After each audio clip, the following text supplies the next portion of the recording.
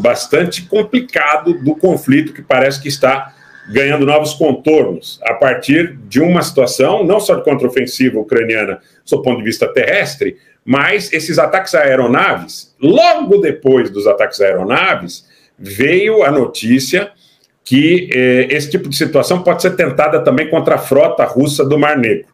Porque a mesma tecnologia em relação à acurácia, em relação a aspectos de dispositivos e sua relação de distância, por exemplo, as recentes aquisições de mísseis terra-a-terra da Grã-Bretanha, ontem, num ataque a Lugansk, que há muito tempo não estava sendo atacado, foi detectado um destroço, um pedaço ali de um míssil dos Estados Unidos que tem um alcance bastante importante também, acima dos 300 quilômetros.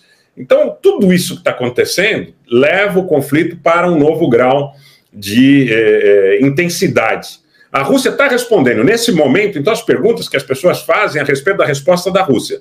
A Rússia está respondendo nesse momento com ataques contra o extremo oeste da Ucrânia. O conflito não saiu do território ucraniano, mas na medida em que o conflito foi transferido de alguma forma para os céus da Rússia, para a fronteira da Rússia, para a Crimeia, os russos estão atacando as regiões contíguas, ali nas fronteiras da OTAN, da Romênia, da Polônia, aonde a Ucrânia tem recebido um grande fluxo de armamentos. O grande ponto, gente, é o seguinte, a Rússia está recebendo um ataque da OTAN, não está recebendo um ataque da Ucrânia.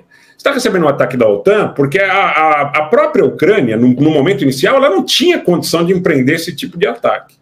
Então não é só uma questão de operação, é uma questão de operação e de dispositivos, não é?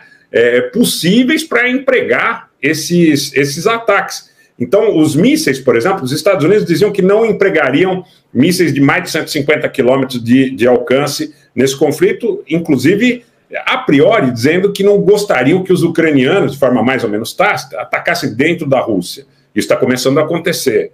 Então, é provável que muitos equipamentos, ou muitos mísseis, ou muitos dispositivos eletrônicos, de guerra eletrônica, para jamear, inclusive, estejam sendo entregues para a Ucrânia sem que nos deem conhecimento.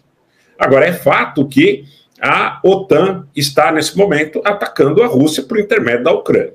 Tá? Esse é um fato. O exército ucraniano está lutando, mas, naturalmente, os dispositivos empregados são dispositivos da OTAN.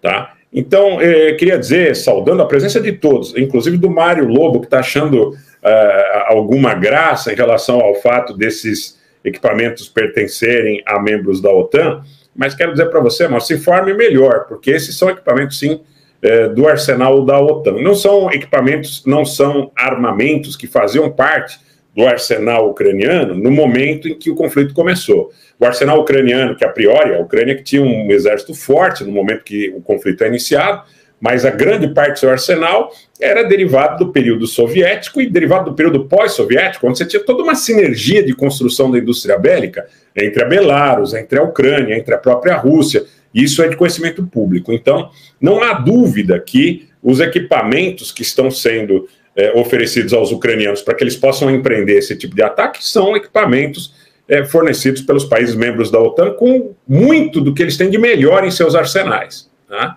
Muito do que eles têm de melhor em seus arsenais.